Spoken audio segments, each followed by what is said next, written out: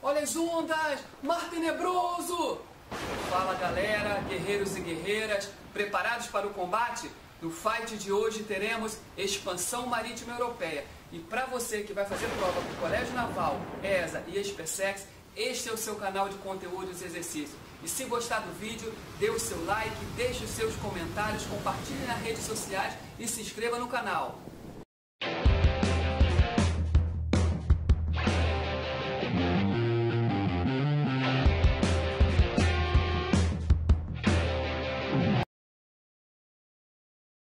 Olá pessoal, mais uma videoaula, Expansão Marítima Europeia, também conhecido como Expansão Ultramarina ou Grandes Navegações. Foco concurso da ESA, SpaceX e Colégio Naval. Vou deixar aqui disponibilizado na descrição do vídeo um arquivo PDF com questões e ainda vou filmar uma videoaula com a resolução das questões. Expansão Marítima é o lançamento do homem europeu nas águas do Atlântico em busca de comércio e de novas terras. Na época das cruzadas, os soldados trouxeram das Índias, do Oriente até a Europa, as famosas especiarias. Pimenta, noz moscada, gengibre, seda, marfim. E o homem europeu entrou em contato com esses produtos, né? Na época não existia geladeira, então esses produtos trouxeram melhor sabor para os alimentos. E a seda e o marfim trouxe artigos de luxo que o homem europeu começou a consumir. E houve uma necessidade grande de trazer esses produtos das Índias para a Europa. E só tinha duas maneiras de esses produtos chegarem à Europa, ou por terra ou pelo mar Mediterrâneo. Por terra ficava inviável porque as caravanas conseguiam levar por pouca coisa e ainda tinham que pagar impostos para diversos povos porque transitavam pelos seus territórios e ainda tinham o perigo dos saqueadores. E pelo mar Mediterrâneo havia um monopólio da navegação, somente as cidades de Gênova e Veneza, cidades italianas, navegavam no mar Mediterrâneo e iam até a cidade de Constantinopla, um entreposto de especiarias que vinham das Índias e levava esses produtos até a Europa e vendiam por um preço muito alto, né? Então, a alternativa seria ou comprava o produto caro das cidades italianas, porque não era interessante entrar em guerra com as cidades italianas de Gênova e Veneza, visto que cada país já vivia suas próprias guerras, como exemplo a Inglaterra e a França na Guerra dos 100 Anos, os reinos que vão formar a Espanha lutavam para expulsar os muçulmanos de seu território, então mais uma guerra não era interessante. Então ou comprava caro dos italianos ou encontrava uma nova rota para buscar esses produtos nas Índias, né? E a alternativa seria se lançar ao Oceano Atlântico. Então o primeiro fator motivador para se lançar ao Oceano Atlântico era a questão de interesse comercial, buscar um novo caminho para as Índias para trazer essas especiarias para vender na Europa. Segundo fator motivador foi a questão dos alimentos.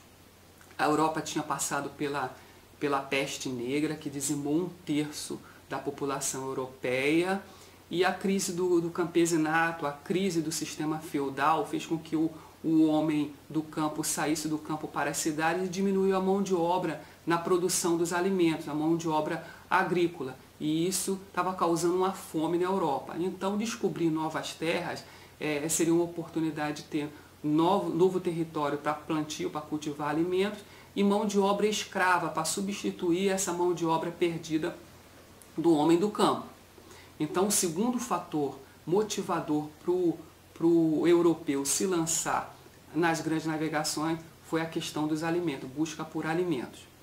Terceiro fator, busca por metais preciosos. Na época, vivia-se o mercantilismo, o metalismo, então necessitava de metais preciosos, principalmente ouro e prata, para cunhar moeda. Futuramente, esse afluxo de metais encontrado nessas novas terras vai gerar uma crise inflacionária na Europa, entendeu? Uma crise de preços. Ora, se muita moeda, muito dinheiro circula na Europa a partir desse ouro e prata que vem de novos territórios, a burguesia começa a elevar os preços e cria-se uma crise inflacionária, a crise de preços na Europa entre o século XV e XVI, dura aí mais ou menos 150 anos, essa crise por conta desse afluxo de metais preciosos que vão dessas colônias, dessas novas terras que vão ser conquistadas para a Europa. Então o terceiro ponto foi a busca, esse terceiro tópico, fator motivador, foi a busca por metais preciosos. Quarto fator motivador foi a questão religiosa. A Igreja Católica já vivia uma crise nessa época, que vai culminar futuramente na Reforma Protestante. Então era interessante que a Igreja Católica, na conquista de novos povos, angariasse novos fiéis, então através do processo de catequese, tá? E aonde ia angariar novos fiéis para a Igreja Católica. Bom, dentro desse contexto, nós vamos ter Portugal como pioneiro nas grandes navegações. A Espanha estava ocupada expulsando os muçulmanos de seu território, e aí Portugal vai ter a oportunidade de se lançar às grandes navegações. Quais foram os fatores que levaram Portugal a ser o pioneiro nas grandes navegações? Bom, primeiro fator, Portugal se tornou o primeiro Estado moderno na Europa. Primeiro Estado moderno na Europa. Seu território já estava consolidado. Ele possui uma política centralizada, uma administração centralizada na mão de um rei. Antes, esse poder era distribuído em feudos e cada dono de feudo tinha um interesse particular. E era difícil articular todos esses interesses juntos. Então, agora não. Com a Revolução de Avis, Dom João de Avis assume o poder. Há uma crise sucessória do trono e Dom João de Avis, da dinastia de Avis, mestre de Avis, assume o governo de Portugal como rei absolutista. E agora ele consegue fazer uma aliança com a burguesia, e essa aliança com a burguesia faz com que ele consiga os dividendos financeiros necessários para investir nas grandes navegações. Ora, se lançar o Oceano Atlântico demandava muito dinheiro. Precisava preparar navios, precisava qualificar a mão de obra, e isso custava muito caro. E agora com a aliança com a burguesia, ele consegue os dividendos necessários para fazer isso. Então o primeiro ponto importante que levou Portugal a se lançar às grandes navegações, ser o pioneiro nisso, foi a centralização política, a centralização administrativa. Portugal como o primeiro Estado moderno da Europa. Segundo ponto importante foi a constituição da Escola de Sagres. O infante Dom Henrique, filho de Dom João I, mestre de Avis, cria a Escola de Sagres, que é um centro de estudos de navegação. E ele ficou conhecido como o Infante de Sagres ou o navegador. Ele montou esse centro de estudos, onde eles faziam uso do astrolábio, da bússola, da pólvora, cartas náuticas, e isso aí trouxe uma outra visão para as grandes navegações, para o lançamento das grandes navegações. Tá? Então, muito importante a Escola de Sagres, construída pelo infante Dom Henrique, filho de Dom João, mestre de Avis, rei de Portugal. Bom, Portugal também tinha uma pequena experiência pesqueira na região. Isso vai acabar ajudando um pouco também nessa questão de experiência de navegar. Mas muito pouco ali a navegação próxima à região de Portugal mesmo. Terceiro ponto interessante em relação ao pioneirismo de Portugal foi a posição geográfica privilegiada. Portugal estava o quê? De frente para o mar. De frente para o mar. Então isso facilita uma saída para o mar. Se talvez Portugal fosse mais para dentro da Europa, ela não tivesse sido a pioneira nas grandes navegações. Tá? Então a posição geográfica privilegiada. Então são basicamente 3 fatores importantes que levou Portugal a ser pioneiro. Revisando, primeiro fator, centralização administrativa, centralização política, livre de guerras, estava com o território consolidado, rei absolutista, então controlou todo o poder na mão dele. Então esse é o primeiro fator importante, centralização política, centralização administrativa. Segundo fator, a questão da escola de Sagres, a experiência náutica. E o terceiro fator seria a questão da posição geográfica privilegiada. Então Portugal se lança, com essas condições, Portugal se lança às grandes navegações. E o marco de início das grandes navegações portuguesas foi em 1415 a conquista de Ceuta pelo infante Dom Henrique. Infante Dom Henrique é designado pelo seu pai, ele tinha apenas 20 anos, em 1414 começa a planejar a ida até Ceuta, que é um entreposto muçulmano, havia os árabes ali naquela região, perto do Estreito de Gibraltar. E aí o infante Dom Henrique, em 1415, chega à região, combate os muçulmanos, expulsa os muçulmanos daquela região e funda ali uma feitoria em Ceuta. E o pai dele nomeia ele governador de Ceuta. Ele fica ali por algum tempo ainda, porque há alguns outros combates com os muçulmanos que tentam reaver a região perdida. Ele faz algumas navegações com a sua equipe na região de Açores, na região de Cabo Verde, algumas ilhas e arquipélagos ali próximo a Portugal e próximo ali ao norte da África, onde fica Ceuta. E mais à frente ele assume algumas posições administrativas que vai impedir que ele prossiga aí nessa questão das grandes navegações. Bom, em 1434 nós temos a conquista do Cabo do Bojador por Gil Eanes. O navegador Gil Eanes chega até o Cabo do Bojador. Por que foi tão importante essa chegada ao Cabo do Bojador? Até então, as cartas náuticas mostravam o Oceano Atlântico e a costa da África até o Cabo do Bojador. Só se conhecia até o Cabo do Bojador. Então, o homem achava que a Terra, não acreditava que a Terra era redonda, que a Terra era plana e que quando chegasse ali na região do Cabo do Bojador haveria um abismo profundo e os navios iam todos cair naquele abismo.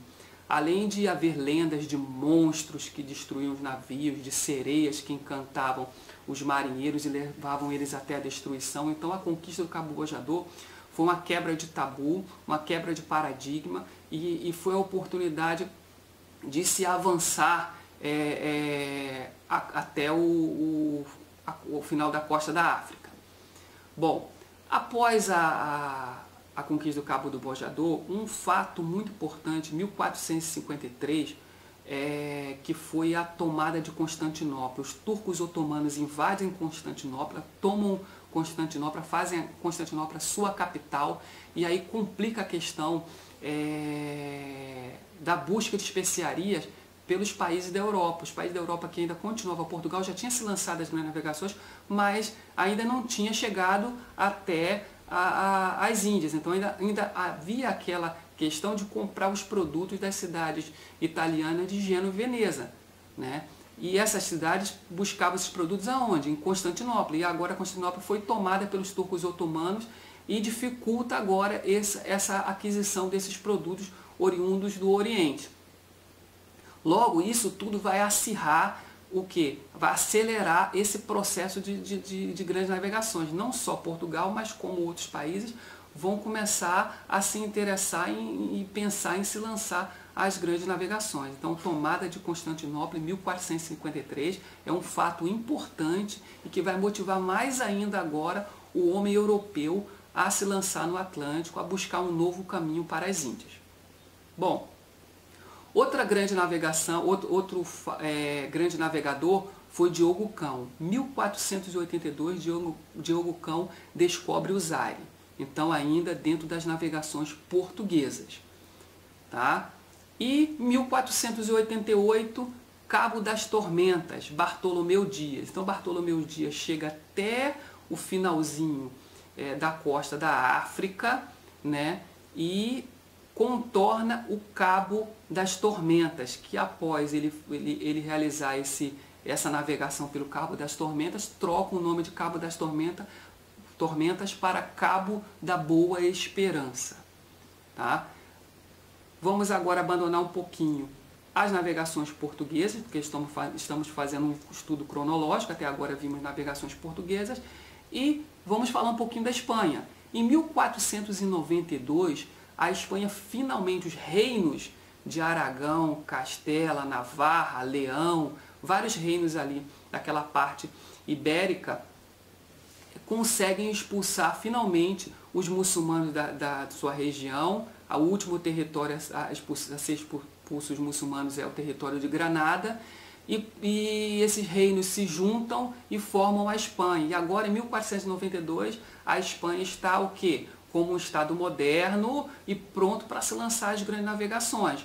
Também tem uma abertura para o mar, também agora está com o seu território livre, com a sua política centralizada na mão de um rei. Então agora ela pode se lançar às grandes navegações.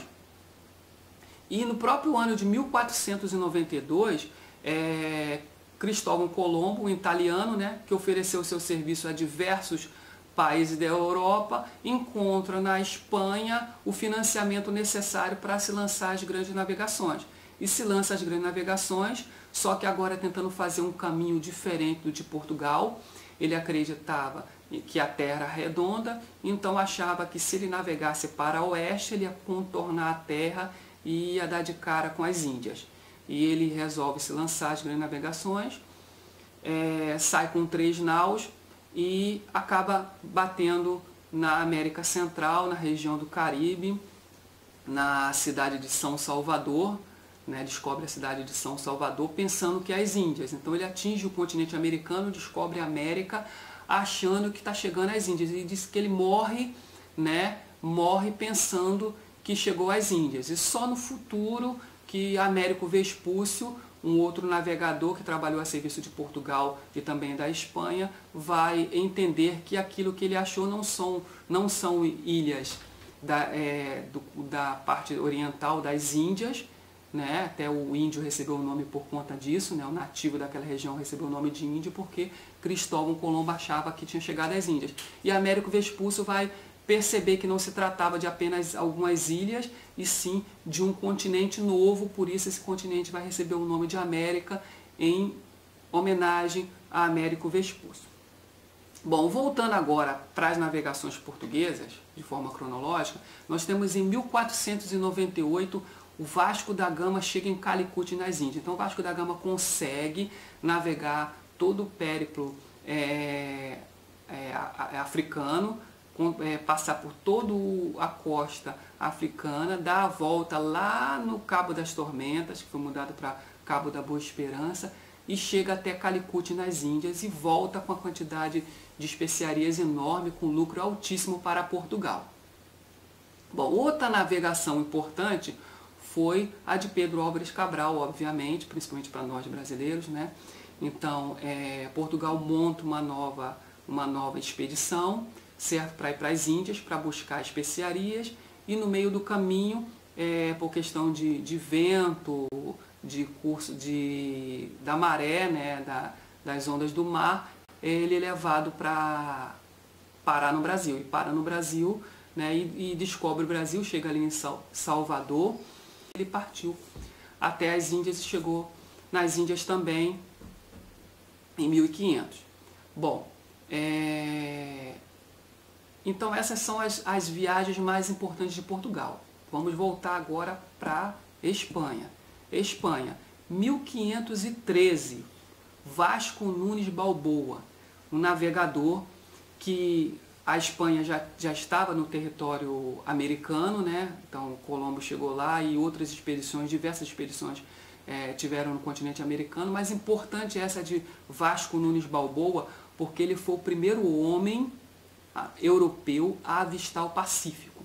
Então ele por terra, veja bem, ele já estava no continente americano, em colônia espanhola, e ele por terra, baseado na conversa com alguns indígenas, ele por terra subiu uma montanha e conseguiu avistar o que seria o Oceano Pacífico. e chamou o Oceano Pacífico de Mar do Sul.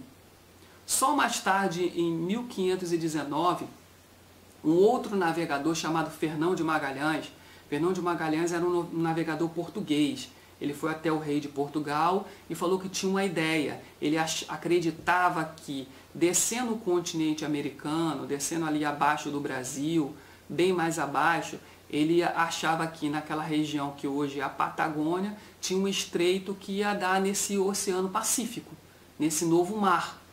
E ele traz essa ideia para o rei de Portugal. O rei de Portugal não aceita, visto que já tinha conquistado, contornado a África, já estava tendo lucros com os navios que iam até as Índias buscar especiaria. Por que ele iria investir numa nova expedição?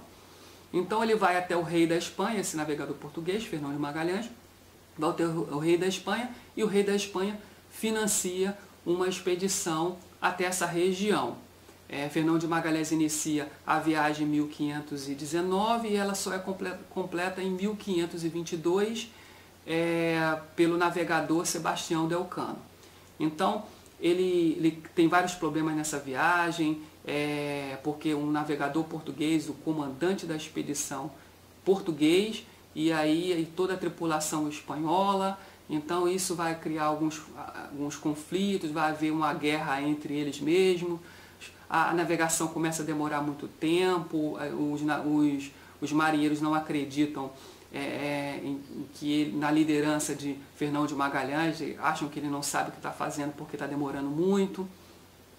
E ele acaba descobrindo esse estreito, passa pelo estreito, encontra ali alguns indígenas de pé muito grande, que seriam os pezões, e aí vem pata, patagões, e aí aquela região fica conhecida como Patagônia, passa e encontra ali o Oceano Pacífico, só que não consegue retornar à Espanha, porque acaba morrendo numa luta contra uma tribo indígena.